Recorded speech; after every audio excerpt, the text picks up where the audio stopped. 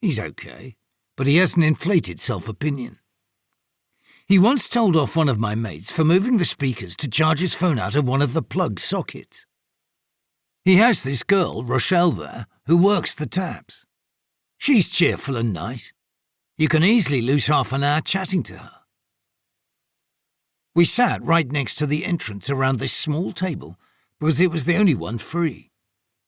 We all drank pints and got merry, chatting about the dickhead clients and retelling everything that had happened in the day to make ourselves feel righteous and immaculate. I had a bet on as well, so I kept checking my phone to see the scores. At about 9:30, I decided to go home. The Three Kings tended not to have hand wash in the gents. It would routinely run out, and they wouldn't replace it, so I'd have to wash my hands with just water when I had a piss, which made me feel a little bit dirty and eventually a bit cranky. I also don't like going to sleep too much after 11 if I have work the next day, and it was an hour's journey home. My friend Clem left at the same time as me, but went home in the other direction, so I was alone. I wasn't in the mood to listen to music, so I put my headphones on and chose a podcast about this kid who disappeared in Vermont. I forget about some of the American states. Some of them just never really get talked about enough. I knew a shortcut to the tube station that took a few minutes off the walk. You had to walk down the side of a cafe and cut through a building site. It meant you didn't have to walk all the way around the side of the station to get to the entrance. Anyway, I'm walking down there listening to this podcast and talking to my workmate Jack on WhatsApp. He'd lost the same bet as me. It was quite usual for us to back the same bet independently. I guess we followed a lot of the same tipster accounts on Twitter and had gotten used to looking out for the same teams to do the same things. I went down the side of the cafe, which was called Limon, and cut through the building site. It was unseasonably cold, so I was in a jumper and thin rain jacket, with gloves. I'd seen some people walking around with proper coats and scarves and hats on, like it was deepest winter. Ridiculous. I did have gloves on, yes, but I'll sometimes wear gloves even with a t-shirt. My hands get loads colder than the rest of my body, at least 60 or 70% colder. So I'll normally start wearing gloves before I start wearing jumpers.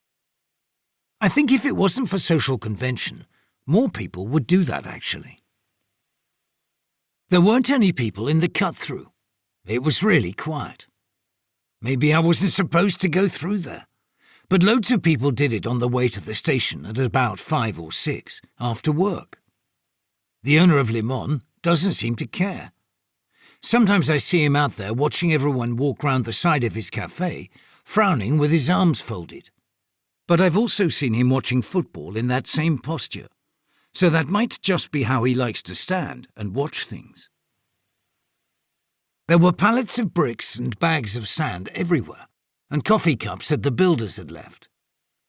I don't know what they were building in there, but there were loads of these massive yellow pipes running across the ground.